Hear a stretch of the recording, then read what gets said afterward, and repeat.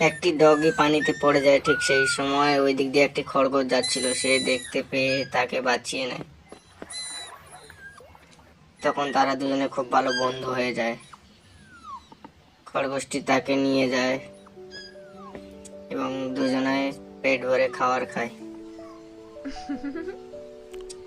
খাওয়ার পর দুজনে শুয়ে পড়ে। তারপর ঘুরতে বেরোয় সকাল হলে।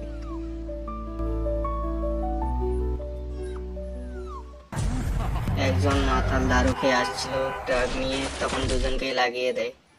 অ্যাম্বুলেন্স আসে, তাদেরকে নিয়ে যায়। খরগোশটির একটি ঠ্যাং ভেঙে গিয়েছিল, কিন্তু দুর্ভাগ্যবশত ডগিটিকে বাঁচাতে পারেনি। খরগোশটি তার কাছে গিয়ে খুব কান্না করছিল। ভিডিওটি ভালো লাগলে চ্যানেলটিকে সাবস্ক্রাইব করবেন।